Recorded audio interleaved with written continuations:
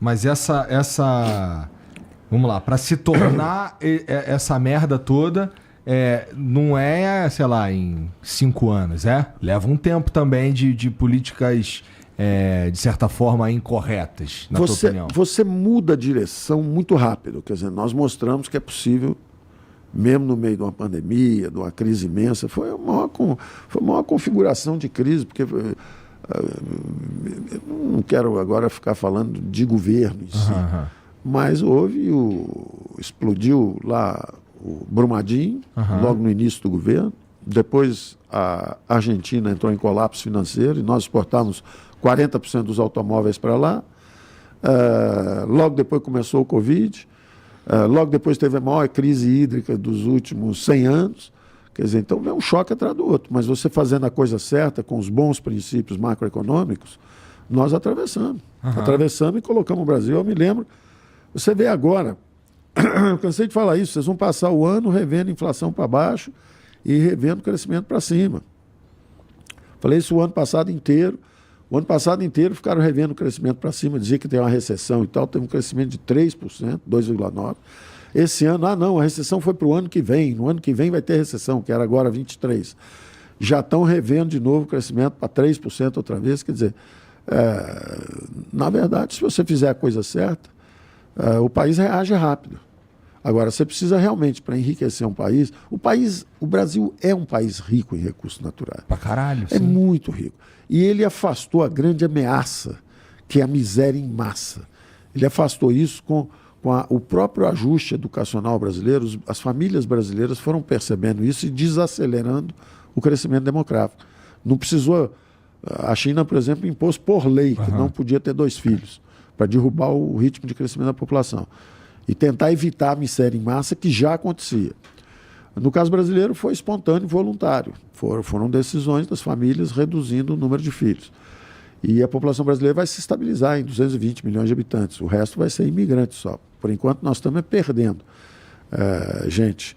Mas assim que o Brasil recuperar sua dinâmica de crescimento, e nós conseguimos sair do buraco fiscal, nós conseguimos sair dessa armadilha de baixo crescimento com as reformas, o Brasil já cresceu 5, depois cresceu 3, esse ano cresce 3 de novo. Quer dizer, ele pode seguir no caminho da prosperidade ou pode derrapar de novo de volta para o buraco. É uma questão de escolha. Então, assim, eu sei que tu não quer ficar falando muito de governo e tal, que agora tu é professor, mas, porra, esse crescimento desse ano, ele, na tua opinião, é reflexo do que foi feito no ano passado, por exemplo, ou nos últimos anos? Tem sempre vários componentes, né? Tem uma boa safra agrícola esse ano, que foi resultado do que plantamos no ano passado. Tem um fluxo de investimentos colossal, justamente colossal. Nós deixamos mais de 900 bilhões de reais, são mais de 200 bilhões de dólares. São 2 planos Marshall. Um plano Marshall é uns 100 bilhões de dólares. Nós deixamos 200 bilhões de dólares de contratos assinados para os próximos 10 anos.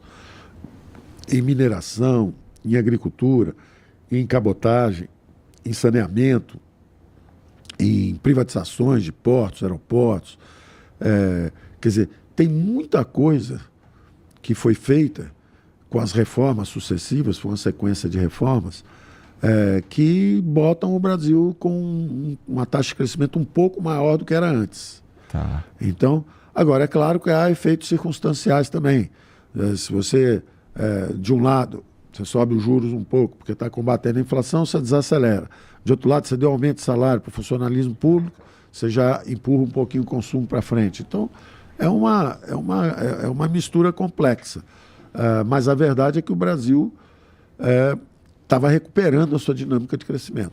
Então, se a gente não desviar muito do que estava sendo feito, a coisa segue. Estamos desviando muito? Ora, eu respondo como Sócrates. O que você acha?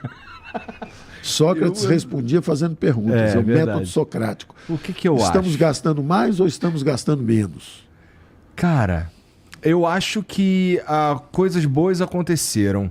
Eu acho que essa reforma, esse bagulho do tributário aí que tá rolando pode ser muito benéfico, na minha opinião. Isso é importante falar disso, porque nós aprovamos uma reforma tributária na Câmara de Deputados. Porque tem muita gente dizendo assim, não fizeram a reforma, não quis apresentar a reforma, etc. Nós aprovamos uma reforma da Previdência na Câmara de Deputados. Uma reforma tributária na Câmara de Deputados. Criamos o IVA dual. Então, essa mudança é incontornável. Nós temos que sair das formas equivocadas de impostos que nós tínhamos, que era IPI, ICMS, infinitos impostos.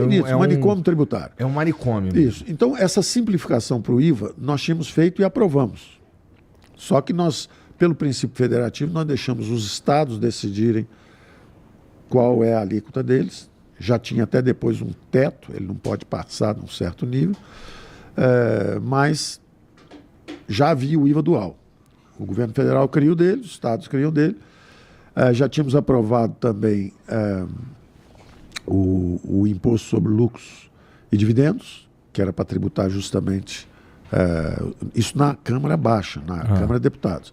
Mas não passou no Senado, ele ficou preso no Senado. Esse daí do lucros e dividendos por exemplo, eu tenho tudo isso daqui e o dinheiro que eu tiro da empresa passa a ser tributado. Hoje o imposto é zero. Isso não é justo. Isso é socialmente perverso. Enquanto estiver na empresa, está virando inovação, está virando investimento, está virando... E para mim seria ótimo, porque é basicamente o que eu faço. Está gerando emprego, etc. Os impostos serão menores. Nós estamos seguindo justamente os princípios da OCDE. Nós queríamos acesso à OCDE. A OCDE pediu o seguinte: transformem a base, saiam desses impostos com base inadequada e vão para o valor adicionado. Nós aprovamos isso na Câmara de Deputados.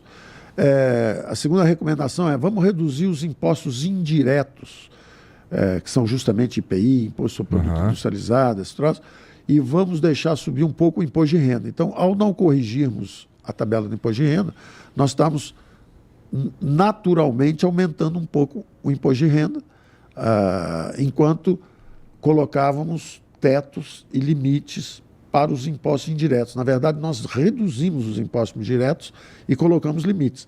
Então, por exemplo, nós pegamos o IPI e reduzimos 35%, o IPI de quase 4 mil produtos. E reduzimos também o ICMS. Então, nós estamos baixando os impostos indiretos e justamente deixando o imposto de renda subir um pouco. Faltava pegar a turma do lucros e dividendos. Era justamente a turma que... esse era o imposto que faltava ainda. E a coisa parou no Senado, não evoluiu, e agora eles vão ter que fazer algo semelhante nessa direção. Mas era algo Tinha que pegar um pouquinho também, com todo respeito, assim, não sou a favor de mais imposto não, mas é que tem uns que são, que assim, se a gente consegue desafogar a galera que está, por exemplo, pagando o mesmo imposto nessa água que eu estou pagando, que eu acho um pouquinho absurdo, por exemplo, chega lá no Capão Redondo, essa água aqui, o cara vai pagar o mesmo imposto que eu. Eu acho meio Isso é que eu estou dizendo, são os impostos indiretos. Esses impostos tem que baixar, porque eles são regressivos. O cara do Capão Redondo paga a mesma coisa que você. Eles têm que ser... Daí é que eles sugerem justamente aumentar o imposto de renda, que é o progressivo, e baixar os indiretos, que são regressivos. Doem mais nos mais frágeis. Dói mais nos mais frágeis, isso aí. E, porra, e tem que, assim... Mas esses princípios estão lá. Eles vão seguir. Não há muita forma. Por isso que eu digo, as ciências econômicas, elas vão se impondo devagar. Não há muito. Você começa a fazer coisa errada, começa a fazer barulho, começa todo mundo a reclamar, e você volta para a pista. Porque já há um conhecimento, uma massa crítica no Brasil, nas próprias equipes, dentro do governo e tudo. Tinha gente extraordinária, bem preparada lá. E nós levamos, na verdade, os conceitos e eles sabem aplicar. Então, isso tudo, de alguma forma, está lá preparado. O Congresso sabe, o Congresso aprovou. Esse Congresso novo, ele tem até mais, digamos assim, centro-direita do que o Congresso antigo. Então, se isso foi aprovado, e foi aprovado com apoio até de muita gente da esquerda. Eu conversei, fui interlocutor de muita gente da esquerda que nos ajudou a aprovar na Câmara de Deputados o início da reforma tributária. Porque é uma exigência, uma exigibilidade. O Brasil precisa disso. Agora, a grande diferença entre o liberal-democrata e o social-democrata é muito clara. O liberal-democrata é alguém que acha que o setor privado é que tem que conduzir a dinâmica de crescimento de uma economia e cabe ao governo justamente reduzir as desigualdades sociais, aparar um pouco esses desequilíbrios setoriais, educacionais, tudo essa diferença de oportunidades. Daí existem esses programas sociais. Por exemplo, nós usamos esse conceito durante a calamidade. Ela chegou, nós já tínhamos uma proposta de renda básica. Quando o Covid chegou, nós já colocamos lá. Muita gente interpretou muito mal. Ele botou só em R$200. É um imperativo moral. Você não pode chegar num país onde uma família pobre do Nordeste ganha R$200 e aí um chofer de táxi do Sudeste está parado por causa do distanciamento social, aí você bota em 400. Você não pode fazer isso. O imperativo moral é o seguinte, bota onde estão os programas sociais, 200. E agora aumenta todo mundo junto. Aumenta para 300, para 400. Aí então as pessoas, o Paulo Guedes botou em 200, botou em 200. Era um imperativo moral, eu não podia botar. Estão aqui os assistidos pelo Estado, ganham 200. Aí agora iam dizer, quem votou no candidato dele, ele resolveu pagar o dobro ou o triplo. Não, é um imperativo moral. Você bota igual, manda para a Câmara, e a Câmara, corretamente, o Senado depois, aumenta. E aí acabou indo para 600, acabou triplicando, né? Foi um movimento que o próprio presidente, à época, falou, bota mais aí, porque ficou uma competição política, quem paga mais, quem dá mais, quem dá mais, quem dá mais. Nossa, tu não deve sentir falta nenhuma de ser ministro, cara. Olha, eu vou te dizer uma coisa. Existe uma falta, eu não sinto, evidentemente, nenhuma. É porque o senso de responsabilidade é muito grande. Então, agora tu mora na tua casa, entendeu? Pô, tu caminha de manhã. Exato. É um sacrifício, realmente, que você faz. Agora, o reconhecimento é comovente. Porque quando você está lá, está aquela confusão, tem briga política. Eu mesmo falava, é muito barulho, tem muito barulho político. Mas os fundamentos do Brasil estão sendo corrigidos, o Brasil vai melhorar. E lá fora, principalmente, eu defendia muito o país, porque eles tratavam o Brasil como se o Brasil fosse assim, não, aqui está tudo bem, lá está tudo ruim. Eu dizia, olha, nós estamos à frente de vocês estão subestimando a democracia brasileira. Nós reagimos, apesar da barulheira toda aqui dentro, a verdade é que o Brasil caiu menos do que eles previam queda de quase 10% no PIB, nós caímos muito menos do que a Itália, a França, a Alemanha, Japão, todo mundo. E nós voltamos mais rápido e eu dizia que nós já estamos baixando os juros, a economia brasileira já está começando a baixar os juros, a inflação já está sob controle, enquanto isso eles estão subindo os juros ainda na Europa, estão subindo os juros, nos Estados Unidos ainda estão em dúvida se param ou não, e nós já estamos descendo. Isso quer dizer que nós fizemos nosso trabalho à frente deles, nós trabalhamos melhor do que eles, e temos isso registrado em números, porque com números você não pode argumentar. A dívida PIB no mundo inteiro subiu em torno de 10%. Todo mundo está devendo mais. O país que devia 100% do PIB está devendo 110% do PIB. O país que devia 80% está devendo 90%. Quem devia 200% está devendo 210% do PIB. Tem países super endividados, como o Japão, Itália, e agora os Estados Unidos entraram nessa categoria também. E o Brasil foi um dos únicos 3 países que conseguiram reduzir a dívida PIB. Quer dizer, nós entramos no Covid com 76%. Quando acabou o Covid, nós estávamos com 73%, 72,8%, 72,9%.